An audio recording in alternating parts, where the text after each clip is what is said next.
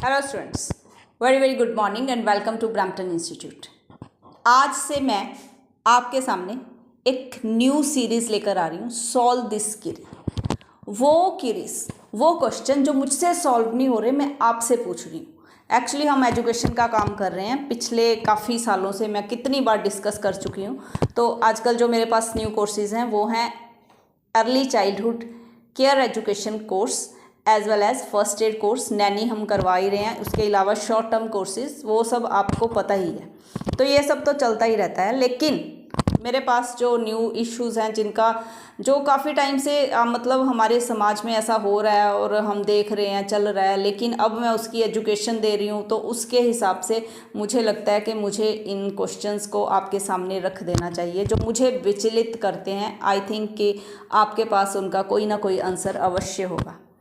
तो मैं बात कर रही हूँ अर्ली चाइल्डहुड केयर एजुकेशन। उसके तहत वैसे भी अगर हम देखा जाए तो हम मतलब साइकोलॉजिस्ट के हिसाब से भी देखें, या फिर हम न्यू एजुकेशन सिस्टम के हिसाब से देखें, या फिर अभी जो एजुकेशन सिस्टम चल रहा है हमारे देश में 10+2+3 सिस्टम, अकॉर्डिंगली क्या है कि बच्चों को मारना अलाउड नहीं है, स्कूलों में बच्चों को मारना अलाउड नहीं है। अगर कोई भी टीचर हमारे बच्चे को कुछ भी कह देता है तो हम टीचर को जाके निचोड़ देते हैं कि तुमने हमारे बच्चे को ऊंची आवाज़ में भी बात कैसे की। तो ठीक है, हमारा बच्चा है, लेकिन उसके बाद मैं आपको ये बताना चाहती हूँ पहली बात कि हमारे पास जो स्टूडेंट्स की एज लिमिट है वो है 18 to 50, ठीक है।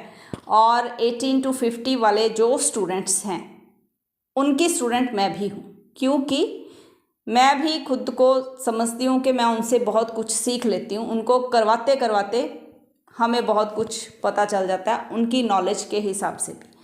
तो इस हिसाब से मैं आपसे ये क्वेश्चन पूछना चाहती हूँ। और वैसे भी मैं आपको कहती हूँ कि अगर एज अ स्टूडेंट आफ्टर +2 आपके पास कोई भी ऐसी क्वेरी है जिसका आपको आंसर नहीं मिल रहा, आप हमसे भी पूछ सकते हैं। फ़िलहाल आप मेरे क्वेश्चन का आंसर दीजिए कि हमें स्कूलों में मतलब हम अपने बच्चे को हाथ नहीं लगाने देते, लेकिन घर से क्या, घर से बच्चे क्या आपके खुशी खुशी जा रहे हैं स्कूल में। वो बच्चे जिनकी एज जो है 3 to 8 ईयर्स है, छोटे बच्चे, 3 से 8 साल तक के बच्चे, लेकिन हम क्या कर रहे हैं, 2.5 साल तक का बच्चा भी स्कूल में भेज रहे हैं, प्ले वे में भेज रहे हैं। जी, हमारा बच्चा कुछ सीखेगा, हमारा बच्चा जो है वो बाहर निकलेगा, क्योंकि आजकल स्मार्ट एरा है, बहुत कुछ जो है वो बच्चे को सीखने को बाहर से मिल जाता है।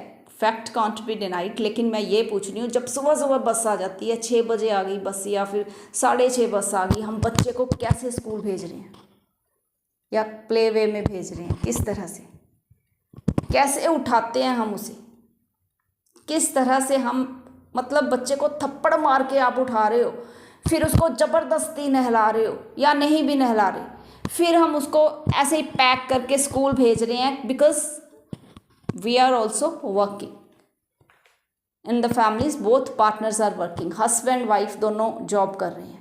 या फिर वो न्यूक्लियर फैमिलीज, आजकल जो स्मॉल फैमिलीज हैं, 1 या 2 बच्चे और है ना हस्बैंड वाइफ।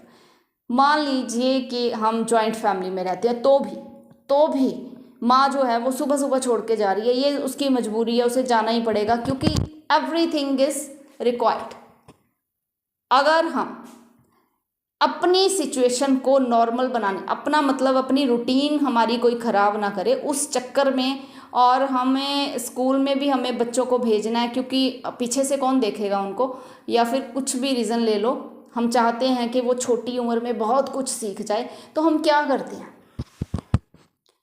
1 2 3 जितने भी हो उसको, मैं मतलब खुद देख रही हूँ, अपने आसपास देख रही हूँ, आज नहीं देख रही, मैं काफ़ी टाइम से देख रही हूँ। हर बार मुझे रोना आ जाता है बच्चों की हालत देख के, जब बच्चे जो हैं वो मतलब उनको ज़बरदस्ती ठोक के बस में बैठा दिया जाता है। ये सब क्या है? क्या आप घर में ऐसी एजुकेशन नहीं दे सकते? चलो मान लिया आपने बच्चे को स्कूल में भेज दिया, हम क्या करते हैं, हम इस सिचुएशन में बच्चे को पूरा डिप्रेस करके भेज रहे हैं, पूरा ज़बरदस्ती हम उसे स्कूल भेज रहे हैं या कहीं भी भेज रहे हैं, हम इसलिए भेज रहे हैं ताकि बच्चा कुछ सीख के आए। तो क्या लगता है आपको, क्या बच्चा आपका सीख कर आएगा? आई डोंट थिंक, क्योंकि वो घर से ही बेचारा रोता रोता जा रहा है, इतना रो रहा है, इतना बुरे से हरास होके वो बैठ गया है। क्योंकि हम पेरेंट्स हैं, हम कुछ भी कर सकते हैं, बच्चे छोटे हैं, वो नहीं बोलेंगे। तो आप उसका कारण देखिए। क्या ऐसा नहीं हो सकता कि बच्चे के जो स्कूल हैं वो लेट शुरू हों?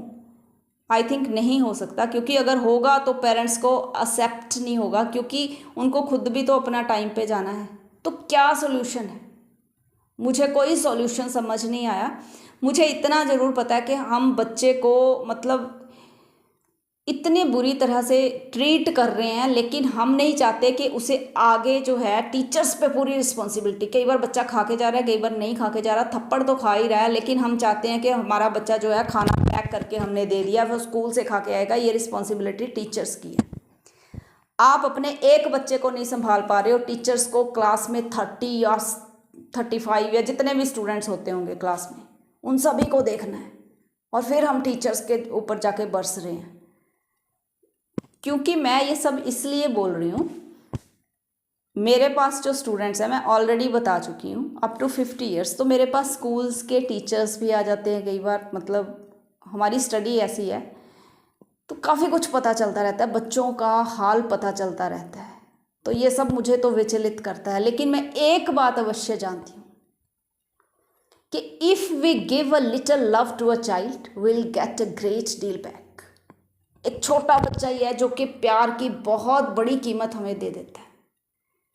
कोई आजकल जो है वो कोई किसी से भी करके देख लीजिए, किसी के साथ भी आप कितना भी अच्छा बन के देख लीजिए, आपको क्या मिलेगा वो आपको पता ही है। लेकिन एक छोटे बच्चे को आप अगर थोड़ा सा प्यार से बुलाते हो तो आपको कितना बड़ा रिस्पॉन्स मिलता है, उसकी स्माइल।